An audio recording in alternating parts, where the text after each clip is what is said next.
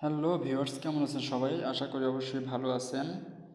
তো আজকে সকালে আমি যখন ঘুম থেকে উঠে একটু হাঁটাচলা করি, তখন হঠাৎ করে দেখতেছি আমার অ্যাকাউন্টে 100টা টাকা আসছে, বুঝছেন?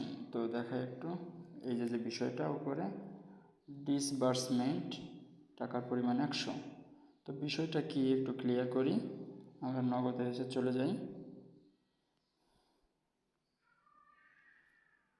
সরাসরি আপনাদের দেখাচ্ছি লেনদেন।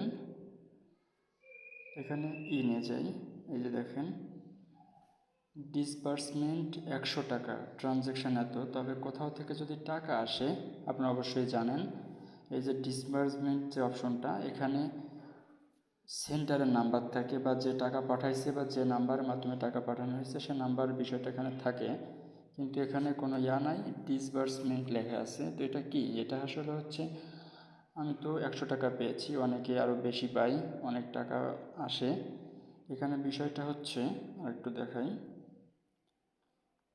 নোটিফিকেশান এখানে যে 100 টাকা পর্যন্ত, ওইটা না, এই যে নিচেরটা, সরি, 100 টাকা ট্রানজ্যাকশান আইডি এত। তো 100 টাকা পেয়েছি। এটা আসলে কি? এই টাকাটা কোথা থেকে এলো? এই টাকাটা কিসের জন্য আসছে?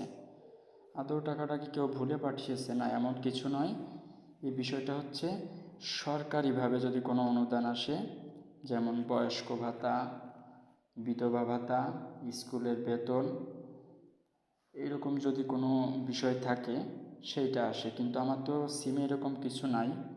তবে এটা কেন হলো? এটা মূলত আসছে হচ্ছে, হয়তোবা অ্যাকাউন্টে অনেক দিন টাকা রাখলে একটা বিষয় আছে, সেরকম কিছু একটা বা কি, এরকম আমি যতদূর খবর নিছি এরকম কিছু একটা হয়। কিন্তু আমার এরকম ভাতার বিষয় কোনো ভাতার টাকা বা কোনো স্কুলের বিষয় এরকম কিছু নাই। তবু 100 টাকা পেলাম। হয়তো এটা নগদ কোম্পানি থেকে যে কোনো কারণে আমাকে দিছে, বা আমার এখানে হয়তো অনেক টাকা রাখা থাকে এই জন্য দিছে, এই জন্য কিছু একটা।